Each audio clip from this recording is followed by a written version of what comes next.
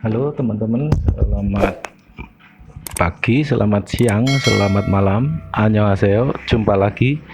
Mari kita mengenal struktur kalimat dalam bahasa Korea.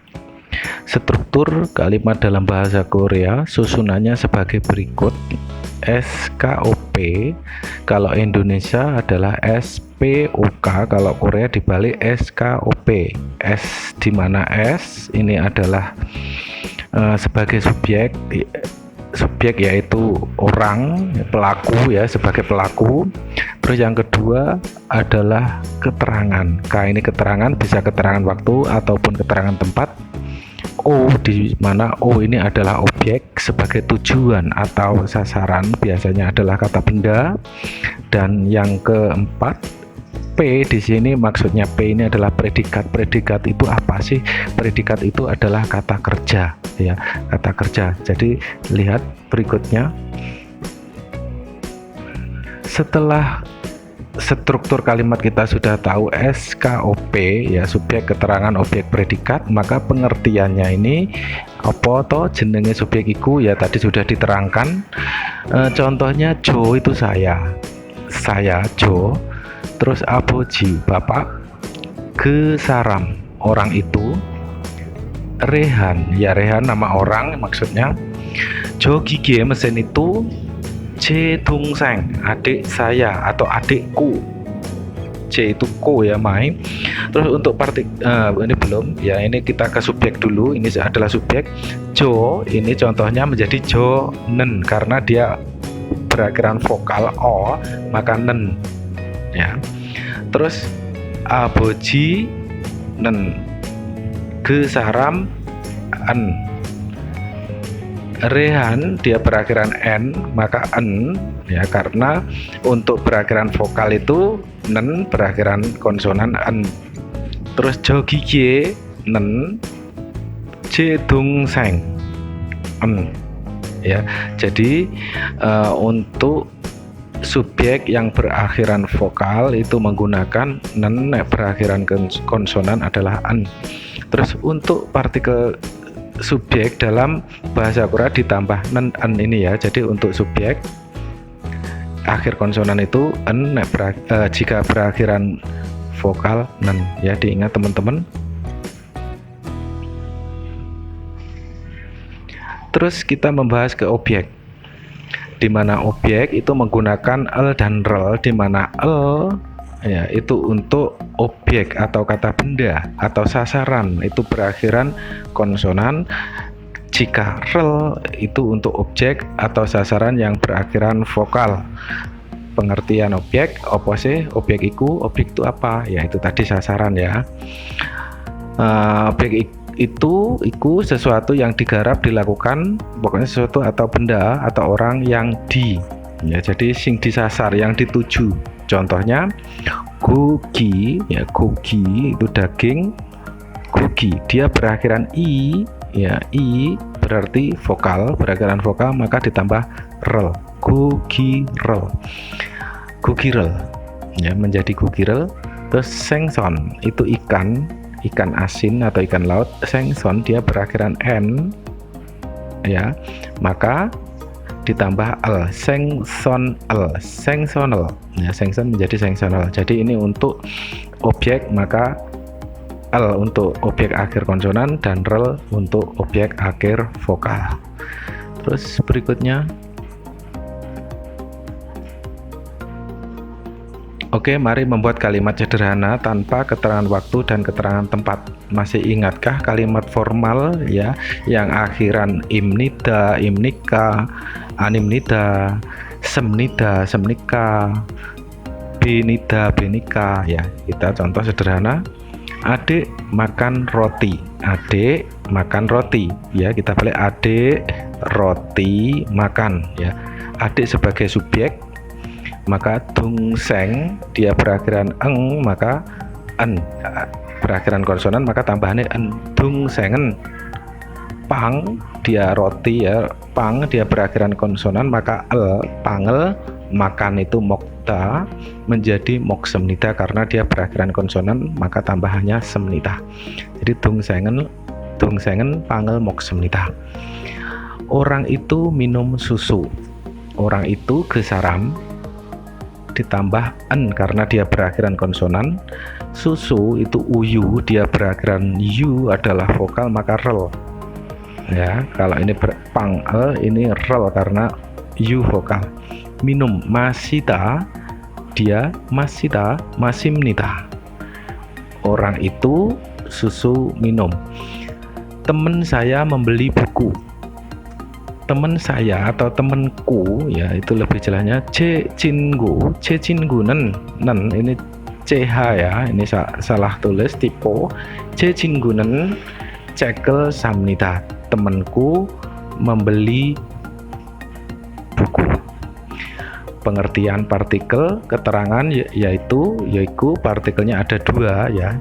Kita bahas sekarang ke partikel keterangan. Ada dua, yaitu adanya hanya e dan eso. Ingat sekali lagi teman-teman, partikel keterangan itu adanya e dan eso, di mana e itu bisa berarti di, bisa ke, bisa pada, bisa per. Ingat ini ya, catat, e ini akan berarti di, ke, pada, per. E berarti di apabila digunakan untuk sesuatu kalimat lampau atau di belakang e ada ista atau itta ya, karena s ketemu d maka ini dibaca double d atau sang diket. Jadi e itta itu artinya ada di ya, ada di. Contoh ya, ada buku di atas meja, berarti cek sang wiye.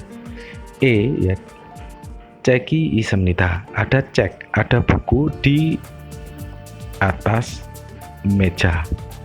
Di dalam kulkas ada roti. Neng janggu ane pangi ismnita, ada roti di dalam kulkas. Neng janggu itu kulkas. Berikutnya, e akan berarti ke apabila digunakan untuk kalimat akan atau di belakang e ada gada yang artinya pergi ya. Contohnya e titik gada, e gada berarti pergi ke ya. Contoh Madiun e gada gamnita, Madiune gamnita, pergi ke Madiun ya.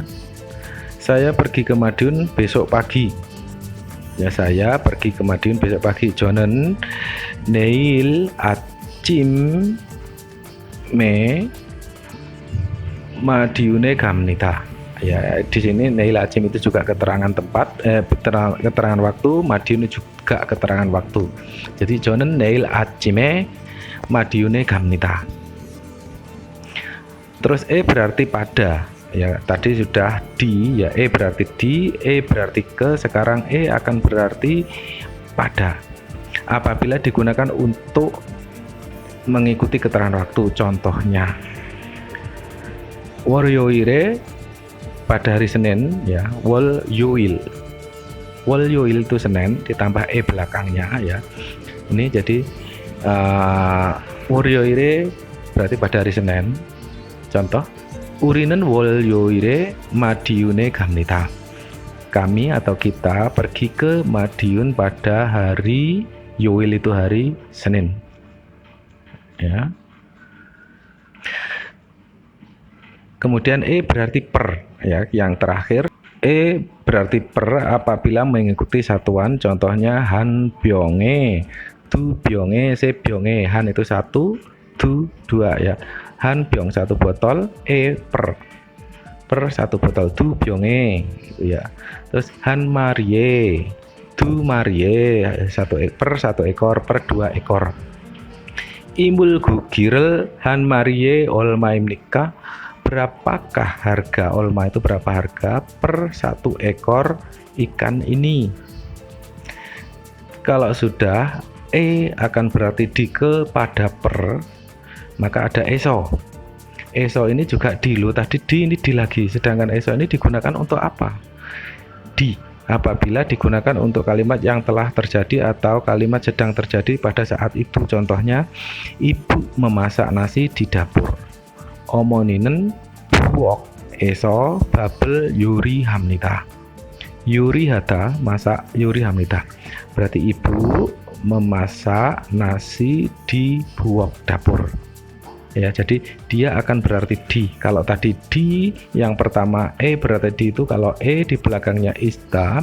Kalau ini untuk kalimat yang terjadi saat itu, sedang terjadi. Eso berarti dari, contohnya. Kalau sekarang menjadi dari. Eso itu bisa dua arti, bisa di atau dari. Sekarang eso akan berarti dari apabila ada kata seperti berikut. Eso dari kaji sampai. Jadi ada eso, ada kaji. Ya, kaji di sini sampai. Terus ada buto, ada kaji. Buto ini sejak, ya biasanya digunakan untuk keterangan waktu. Ya, keterangan waktu misalkan Acim buto, Hansi buto, Waryoil buto, itu sejak ya. Sejak pagi, sejak Senin,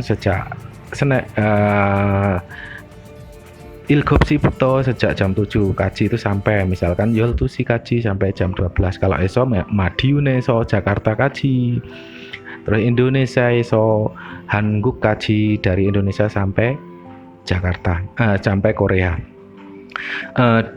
Contohnya dari Madiun sampai Jakarta, Madiune so Jakarta kaji. Dari Madiun sampai Jakarta. Sejak jam 10 sampai jam 12 berarti Yolsi buto, yang menggunakan buto karena sejak ya. Yoldusi kaji sampai jam 12. Jadi paham ya teman-teman? Sekarang soal latihan, teman-teman bisa untuk mencoba menulis ya. Jadi silahkan nanti dicoba untuk menulis ini dan kirimkan ulang di bagian komentar. Terima kasih dan selamat mencoba. Annyeonghi Gieseo.